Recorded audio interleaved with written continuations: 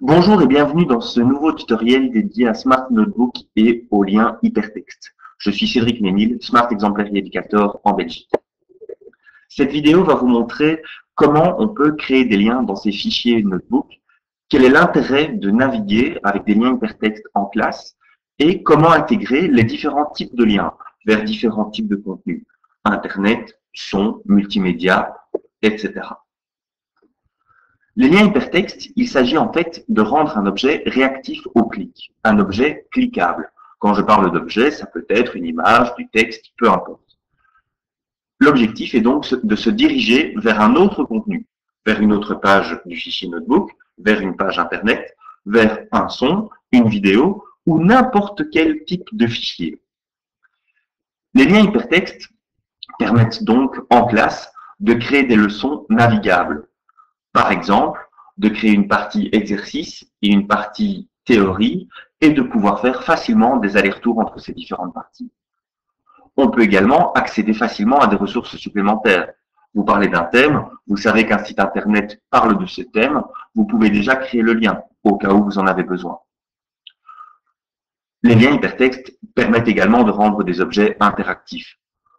Vous parlez d'un animal ou d'une leçon de vocabulaire, vous voulez des exemples supplémentaires pour illustrer votre propos, vous rendez votre objet interactif.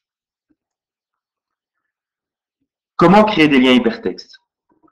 Il s'agit donc, à partir d'un objet que l'on veut rendre cliquable, d'ouvrir le menu contextuel et de cliquer sur lien. Quand je clique sur lien, un autre menu s'ouvre, permettant donc de préciser le type d'objet que je veux ouvrir.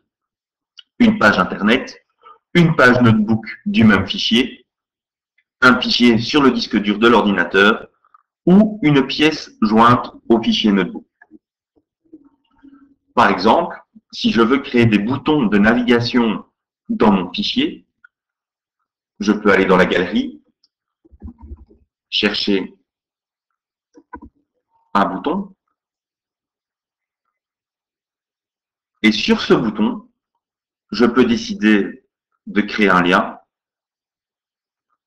vers une page de mon fichier, par exemple. Et voici les options précisées. Soit un lien vers la dernière page, la page suivante, la première page, ou une page spécifique.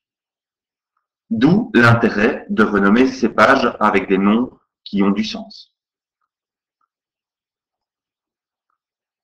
Lorsque le lien est créé, ici, j'ai une icône d'angle qui me précise que cet objet, si je clique sur l'icône, va m'amener sur une autre page.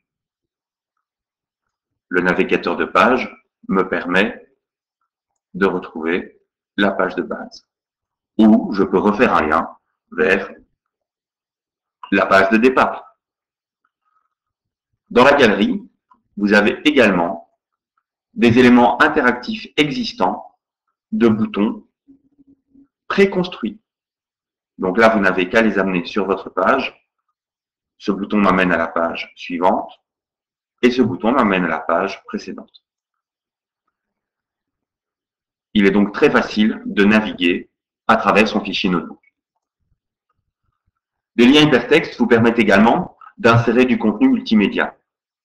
Si je veux lancer un son à partir de la guitare, le plus simple est de le mettre directement dans les fichiers joints à l'aide du bouton Insérer. Et lorsque votre son est dans les annexes, vous pouvez aller rechercher un lien vers un fichier pièce jointe et le lancer directement.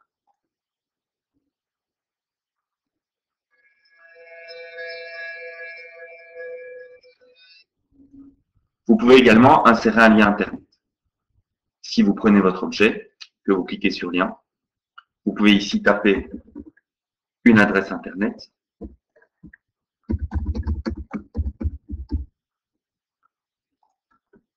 et l'icône vous avertit qu'un lien Internet a été créé.